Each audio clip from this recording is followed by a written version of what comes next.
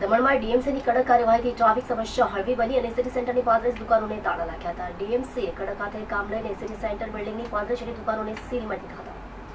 આ દુકાનોમાં ગ્રાહકોની ભારે અવરજવર રહેતી હતી અને બિલ્ડિંગમાં કોઈ પાર્કિંગ વ્યવસ્થા ન હોવાથી વાહન ચાલકો જાહેર માર્ગ પર જ પોતાના વાહનો પાર્ક કરી દેતા હતા, જેના કારણે લોકોને ભારે હાલાકીનો સામનો કરવો પડતો હતો.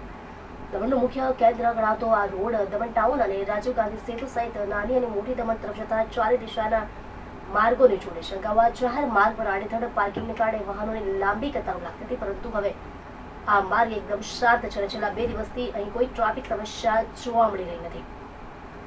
ડીએમસીની આ કડકાઈથી ટ્રાફિક સમસ્યાનું મોટાભાગનું સમાધાન થઈ ગયું છે, પરંતુ બીજી તરફ શોપિંગની દુકાનોને તાળા લાગતા વેપારીઓએ ભારે આર્થિક નુકસાન સહન કરવાનો વારો આવ્યો છે.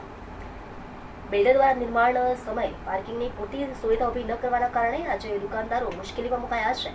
આ સમસ્યાનું નિરાકરણ લાવવા વેપારીઓ છેલ્લા 3 દિવસથી ડીએમસી કચેરીમાં રજૂઆત માટે ધક્કા ખાઈ રહ્યા છે. તેઓ ટ્રાફિક જામ ન થાય તે માટે વહીવટી તંત્રને જરૂરી સહકાર આપવાની ખાતરી આપીને વહેલી તકે દુકાનો ફરી શરૂ કરાવવાના પ્રયાસમાં લાગ્યા છે.